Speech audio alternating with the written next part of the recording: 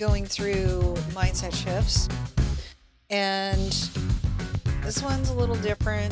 I questioned on whether or not to even categorize this as a mind shift video, but I feel as though it's pretty important because it's a sign of the times. It's just top of mind for me right now. Let's go back into my little notebook here, and what's been on my mind this week is AI. AI has been a top of mind, and this really began for me a couple years ago with ChatGPT and all of the animation apps, and I went down a huge rabbit hole with Suno and writing music, and just completely fascinated with what AI was capable of at that time.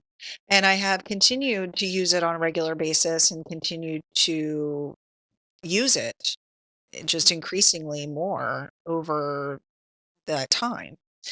And I have come to the realization that not everyone is on board with this, and that this is a debate that is going on right now within our communities and within our businesses. And some employees are really excited about using AI, and some are scared. People are scared. And I just want to start out by saying, I got to get this line out, is that AI and crypto is like peanut butter and jelly. And I believe that many people are separating the two in many ways. And of course, they can be separate. However, AI cannot operate in a fully autonomous way, in the way that people want it to, without digital assets. And I think that when most people hear about AI, the first instinct that many people have is fear. And the thoughts around AI tend to be of sci-fi and movies that we have been fed over the years and have partaken in, and they can be quite entertaining. The most referenced one as of late has been the Mission Impossible movie, the most recent Mission Impossible movie. And I am not here to say that AI isn't scary or dangerous and there's nothing to fear, but at the same time, operating in fear is not doing anybody any good. And I'm not going to make a decision just purely based off fear. Is AI going to kill us all? That's the other one there. And my background in this is that I'm a curious person. And as soon as AI started, because my first thought with AI was that it would not be able to do art. Like, if you would have asked me before ChatGPT came out, what are the sectors that are going to be safe from AI? It would have been like art and music, right? Like AI is going to do mathing, or I don't know what I thought. But I think I would have said like accounting practices would have been first on my list. And I think I even said at the time art and music were the last on my list. So when I saw what AI was able to do with paintings and drawings, and that all started coming out, and the first ones were pretty creepy. I mean, if you saw the eyes were blacked out. They looked like, you know, monsters or something. And but I looked past that. I said, okay, well, it's just figuring out the face, and the facial expressions are hard when you're a computer and figuring out emotions. So gave it some grace there and continued to just check in on a regular basis, maybe once a month as those were developing. And then when I saw what it was producing just a couple of months later, I was intrigued and very curious. I saw the Suno app.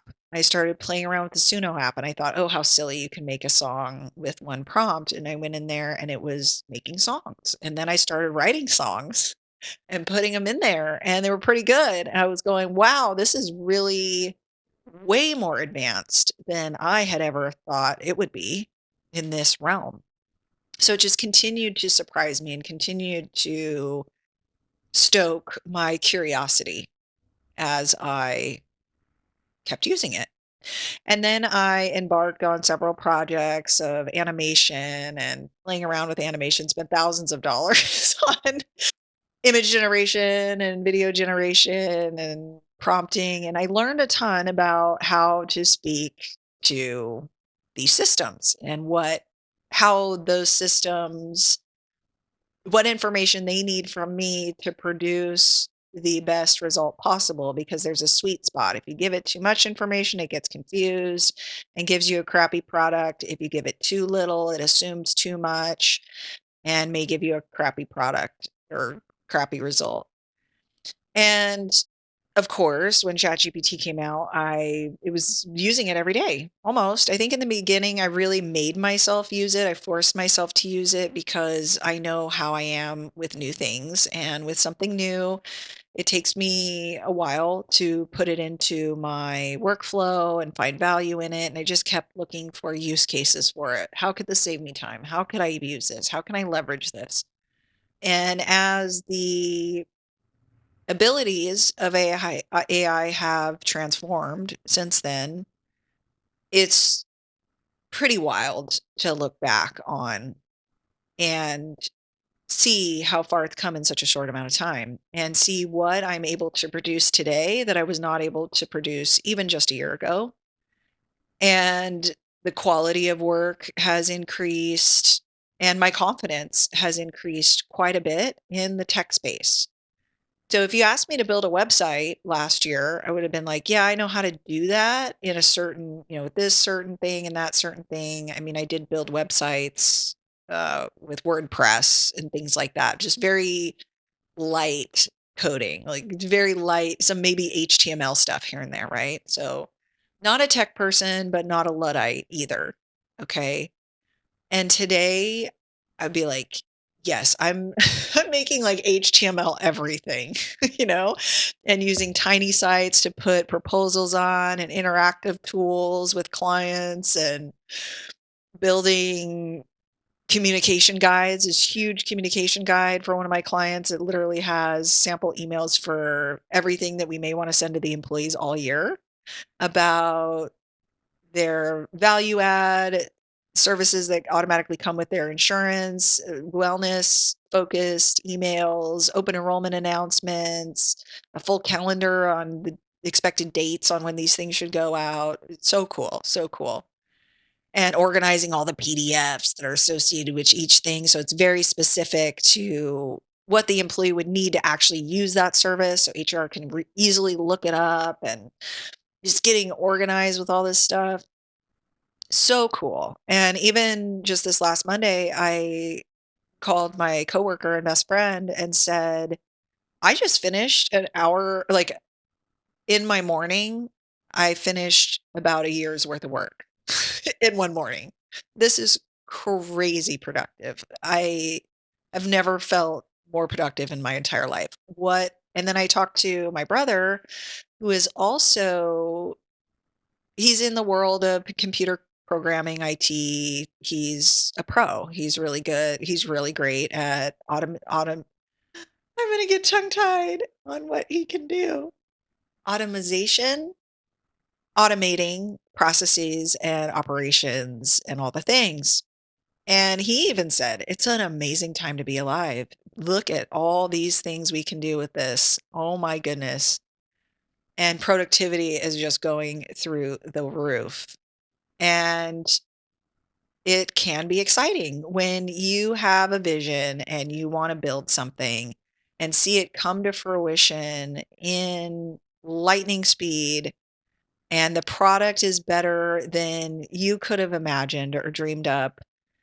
It is exciting as a person who is creative, as a person who wants to build things. Now, the flip side of that is that many people are afraid. Many people are scared. When they first hear AI, they think Mission Impossible, Doomsday, Matrix, blackening the sky, AI takes over everything.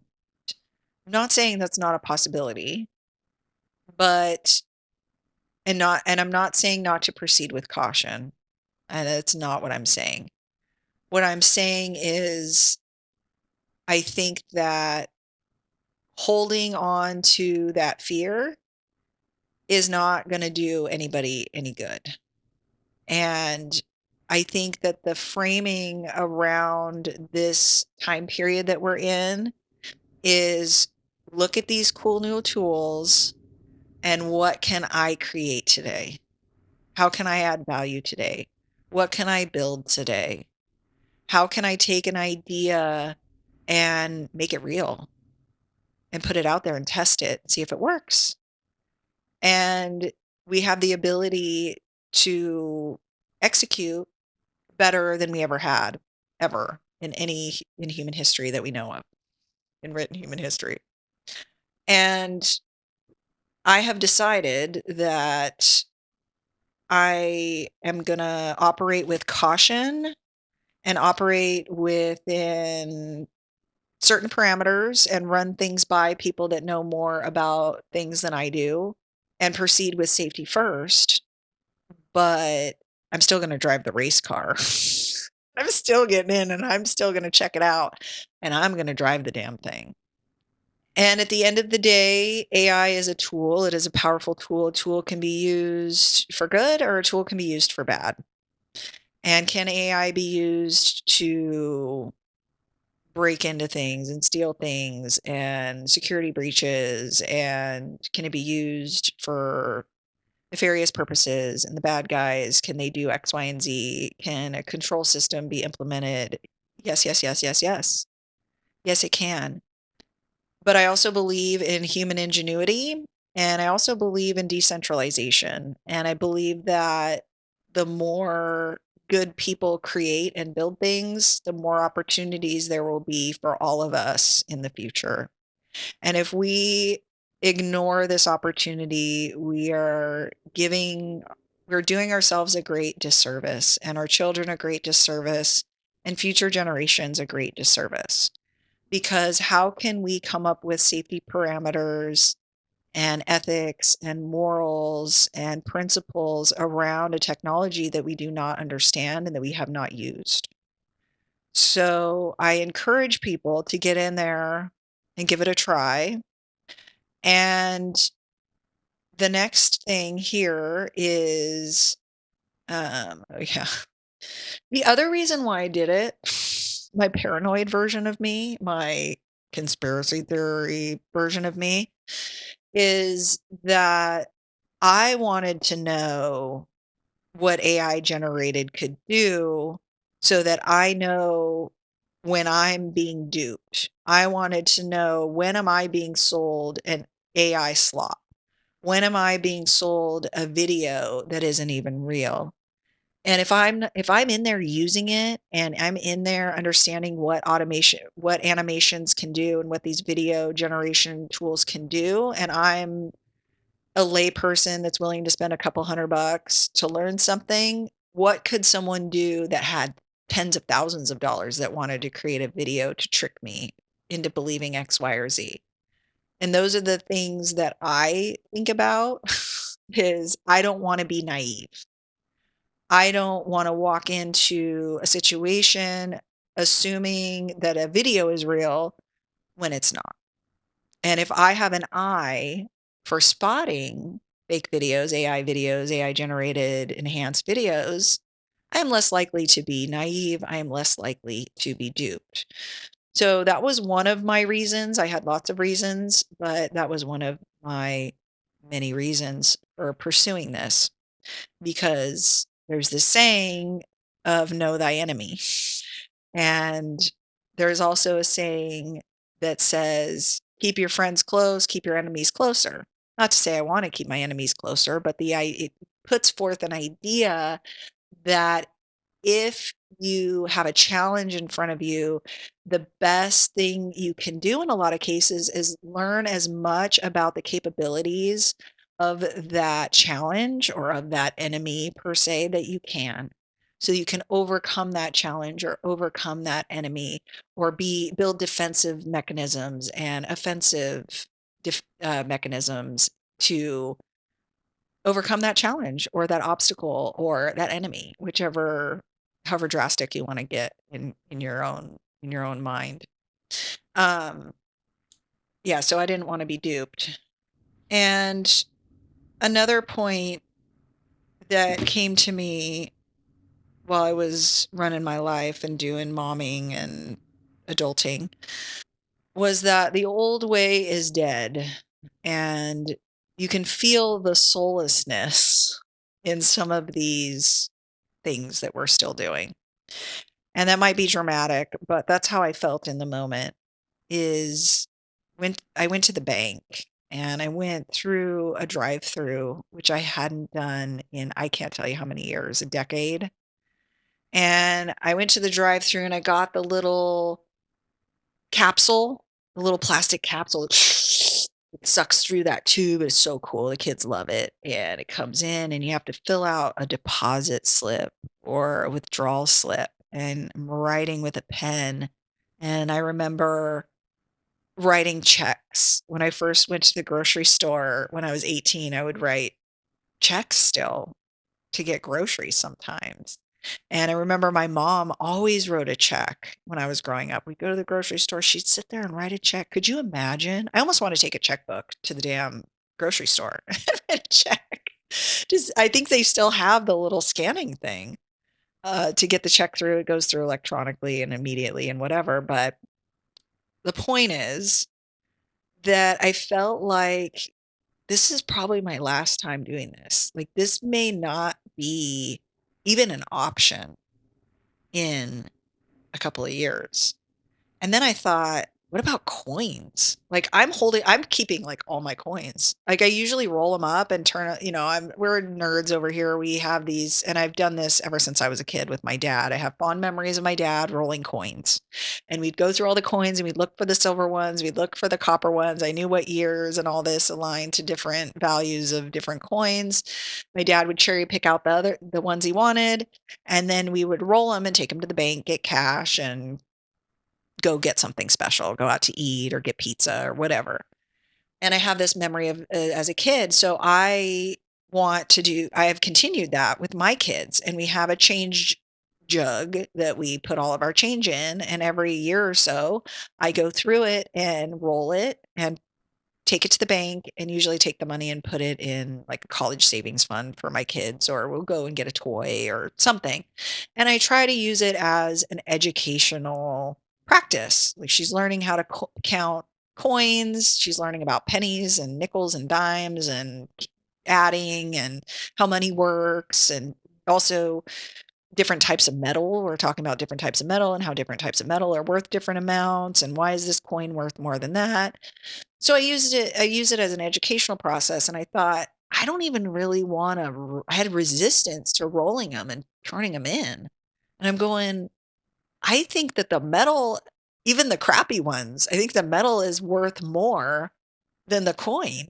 And I was going through and scanning all these coins with these new AI coin apps that we have, and some of the values were, like, 4 times more than the value stated on the quarter. Like, a quarter is worth, like, a dollar right now or something like that. Even just regular quarters, ones that have I think the drummer boy, the state ones, even ones that aren't silver is my point. And so I'm sitting there going, Man, are they gonna take these away?" Like, I think I have this feeling that we're not gonna have coins, and I know they took away pennies and all this stuff, but anyway, my point is that certain things are not gonna be around. Things we're taking maybe some people are taking for granted right now, I think will be continually become obsolete and continually be used less and less. And the drive up teller days are numbered. And It's sad, part of it's sad, but it's like Blockbuster. Like, yeah, do I miss going to a Blockbuster and picking out a movie? Yeah, I have fond memories of that, but would I actually even go today? No, probably not. Same as the movie theater. Like, I know movie theaters are still a thing and people still go, but and I've gone to a couple, maybe 2 in the last 10 years, and it's just something that people would rather be at home and rent a $20 movie at home that's new in theaters than spend $100 taking their family to an uncomfortable theater where somebody farts next to you and you're, like, smelling other people, like, some of or people are talking and you're like, "Fuck, I just spent $100 on this stupid movie and snacks, and now, this person's being annoying." But some of these old ways are gonna be gone soon, and it'll be interesting to see which ones stay and which ones go and how they change, but I may be stating the obvious, but everything is different now. We have I saw a huge shift with everything about 10 weeks ago when Clawbot came out. It was originally Clawbot, and then they changed to OpenClaw because it was too close to the claw with Claude, and there was some drama that went down with that, and it was purchased by OpenAI, and now it's OpenClaw. And this is a system or a program that you can basically put on to many people are using Mac Minis, but you can put it on its own computer and it'll execute tasks for you. You give it access to your systems and it'll write the email, send it.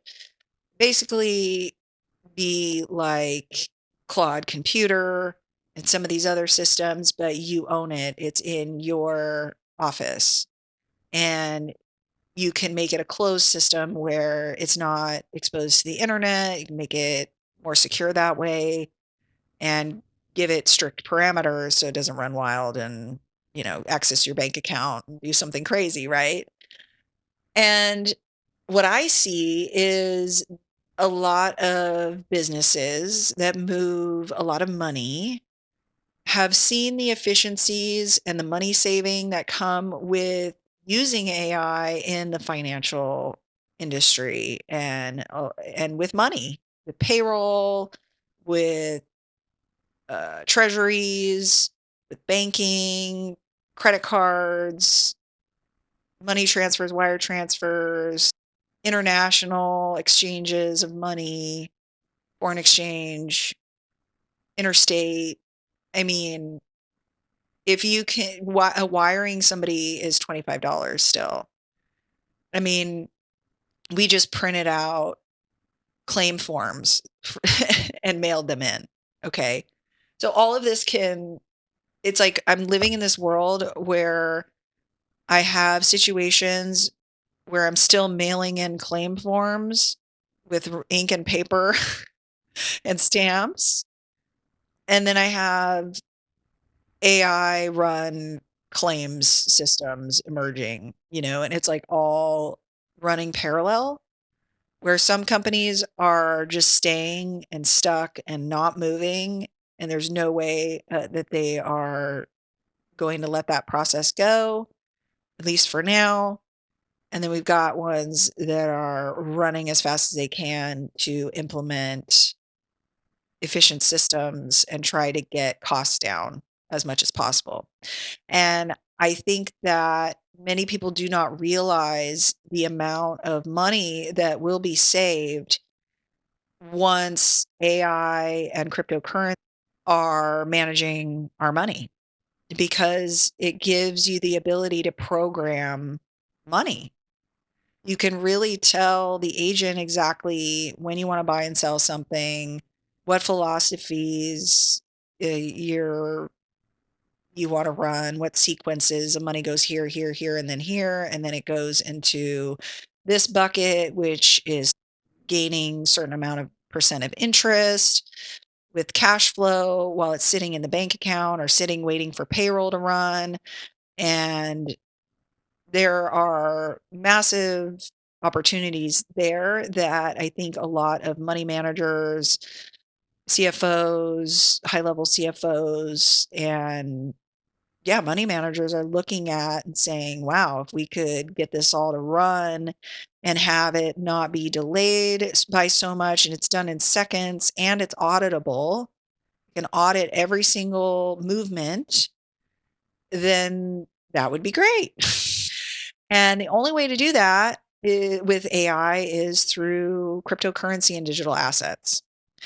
And when I bring up this topic, I get, Melissa, Bitcoin's too volatile to be, in a treasury. And I'm not going to be, I don't see buying coffee at my local coffee shop with Bitcoin. And one, I'm not really talking about Bitcoin. And number two, it doesn't have to be what you see on your screen or on your card. It can still be USD. It can still be the US dollar. It's just the back end, the way that the systems are talking and moving money back and forth and validating whether or not the transaction is legitimate or not is done with AI and crypto. So it's the systems underneath, is my point. The back end, the operations. And I felt like a ghost town vibes when I went to the bank.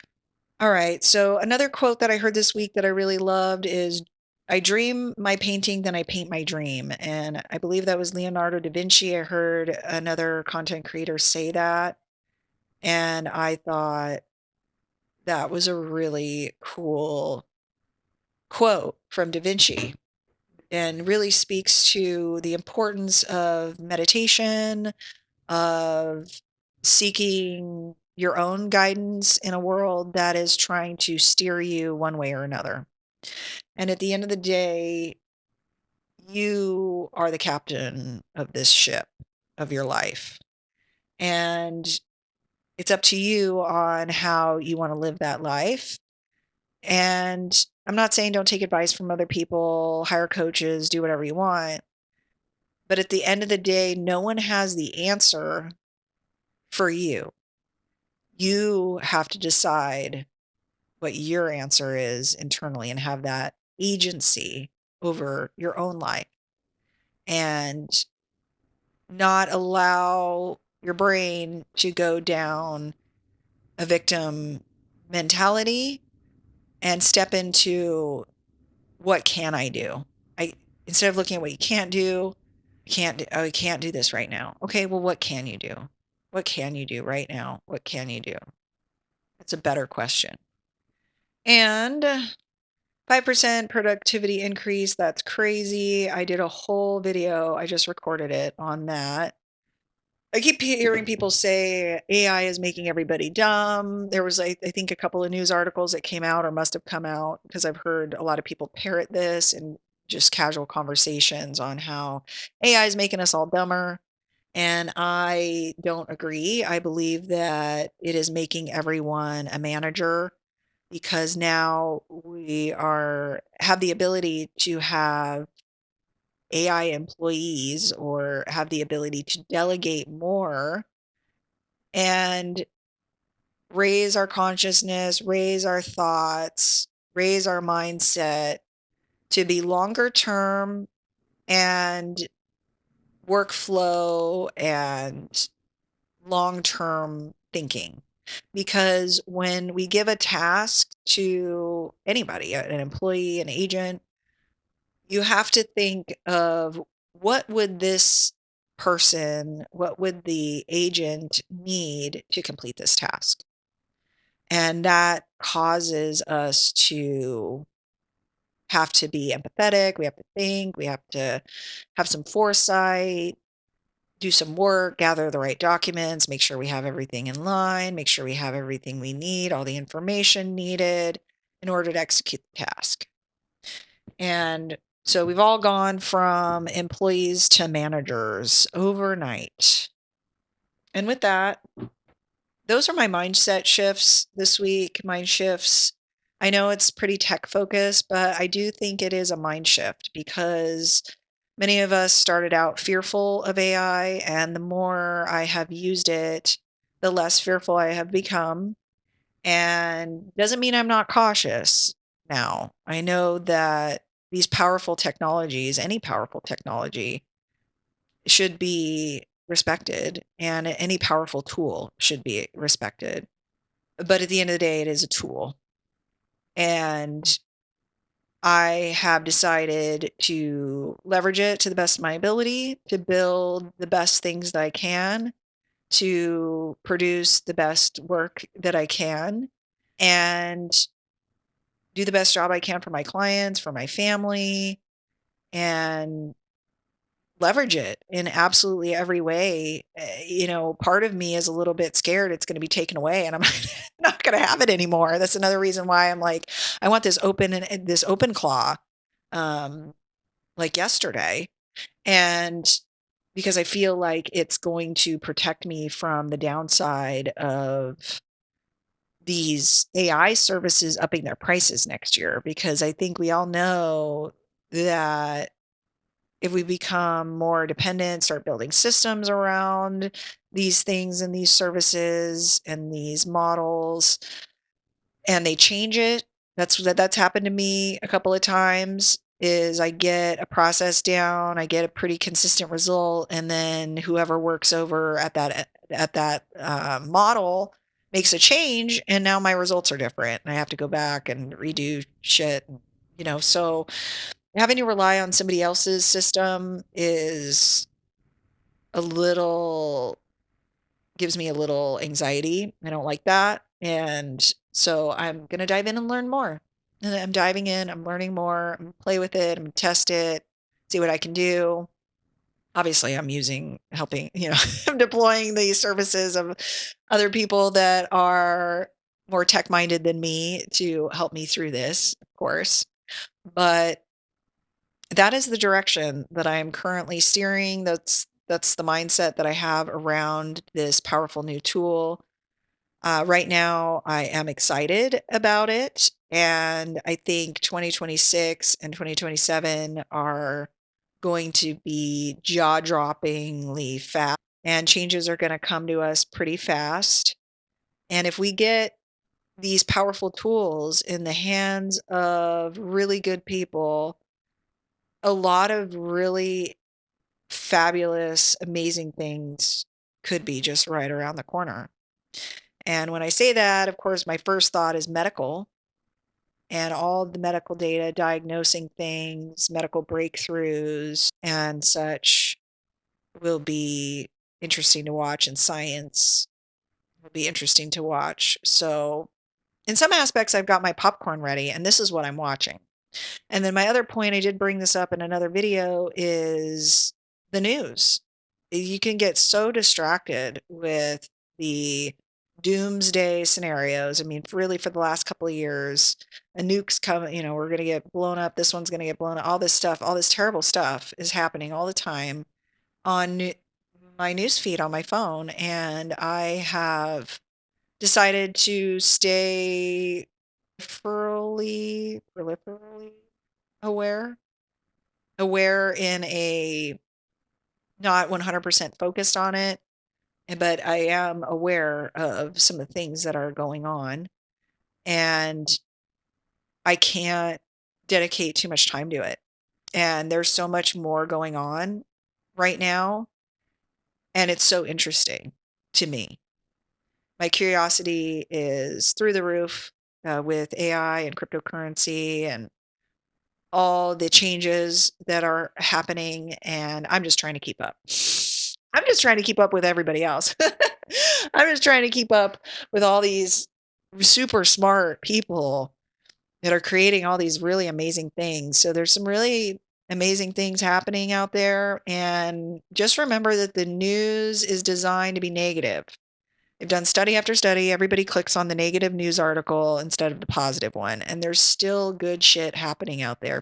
There's good people doing good stuff.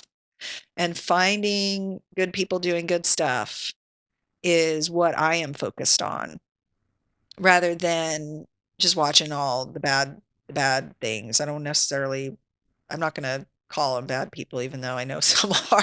But instead of focusing on all the bad stuff, of course, I know it's out there. I'm not gonna be naive, like I said before. The last thing I'm gonna be is naive, but I don't need to focus on it. It's better for me to preserve my agency, my ability to connect with the older version of myself and try to have some foresight and work on building and creating rather than dissolving and de-evolution and destruction. So construction, evolution, the positive side of things, the light side of things, if you will, is what I am really training my mind to sift and recognize and see. So with that, I'll leave you there and thank you for hanging out with me. Hopefully you enjoyed it. Please like the video, share it. Have a great day, fabulous day, wonderful. Love everybody. Much love. See you next time. Oh, Mom, you said I told you so, but you should see me now. I made it. I finally made it. Hey, Mom, I have cells in my brain. They said if I played too many video games, I'd be dumb, but I still have cells in my brain. Mother, look at me now. I am making AI songs, NMME Adderall or ayahuasca, trip to Brazil of psilocybin, microdosing, the expensive therapy. It might have been the pot or something I forgot. Coffee and nicotine, Ouija board or MTV. Oh, Mom, you were right. I play too many video games cause I don't have cells in my brain. My cells went to waste. Oh, Mom, you were right. My brain cells are gone. I don't have cells in my brain. Ooh, yeah. I don't have cells in my brain. Oh, yeah. Oh, yeah. Wait, does that mean I'm smart or dumb? Not sure. I pay $30 a month to get the songs I think I want. This may be the future, but what if it seeps into my mind, takes over my consciousness from the aura to the inside out, and forever rots my soul? It might have been the Adderall or ayahuasca, trip to Brazil, the psilocybin, microdosing, or the expensive therapy. It might have been the pot or something I forgot. Too much coffee and nicotine, Ouija board or MTV. Oh, Mom, you were right. I play too many video games cause I don't have cells in my brain. My cells went to waste. Oh, Mom, you were right. My brain cells are gone. I don't have cells in my brain. I don't have cells in my brain. Oh, yeah. Oh, yeah. Let's talk diagnosis. It's a digital apoptosis. Throw this